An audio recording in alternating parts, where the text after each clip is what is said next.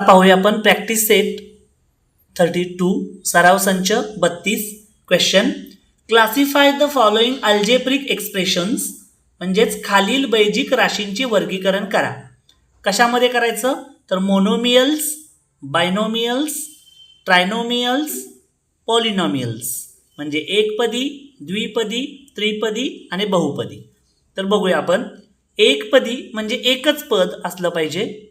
ते कोणतं बघूया. त्याच्यामध्ये 7x हे एकपदी आहे म्हणजे आपण त्याला मोनोमियल म्हणतो. 7x अजून कुठला आहे बघूया. एक पद हां इथं एक पद आहे बघा. ए फक्त ए आहे. हे सुद्धा एकपदी आहे, त्याला मोनोमियल्स म्हणतात. पुन्हा 4 आहे, हे पण आपल्याला या ठिकाणी मोनोमियल आहे, एकपदी आहे. त्याच्यानंतर बायनोमियल. बायनोमियल म्हणजे दोन पदं. इथं बघा, इथं एक पद आहे, इथं दोन पद आहेत बघा. 5y - 7z म्हणजे 5y - 7z ही द्विपदी आहे कारण याच्यामध्ये दोन पदं आहेत. त्याच्यानंतर अजून दोन पदी बघूया. द्विपदी कुठे आहे का. हां इथे आहे. 5m - 3 5m - 3 ही पण द्विपदी आहे, त्याला आपण बायनोमियल्स असं म्हणतो.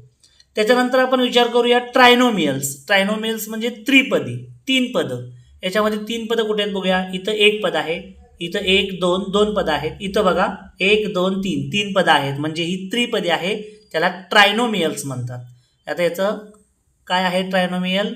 3x घन वजा 5x वर्ग वजा 11 ही ट्रायनोमियल आहे, त्रिपदी आहे. अजून आहे का बघूया ट्रायनोमियल. हा इथे आहे बघा. 1 2 3 3y वर्ग वजा 7y अधिक 5 ही आहे ट्रायनोमियल. आता त्याच्यामध्ये शेवटचं राहिलं आहे पॉलिनोमियल्स. पॉलिनोमियल्स म्हणजे बहुपदी. बहुपदी म्हणजे 3 पेक्षा जास्त पदं. आता बघा इथं आहेत बघा 3 पदापेक्षा जास्त. 1 2 3 4 म्हणजे काय होईल. 1 वजा 8a वजा 7a वर्ग वजा 7a घन ही आहेत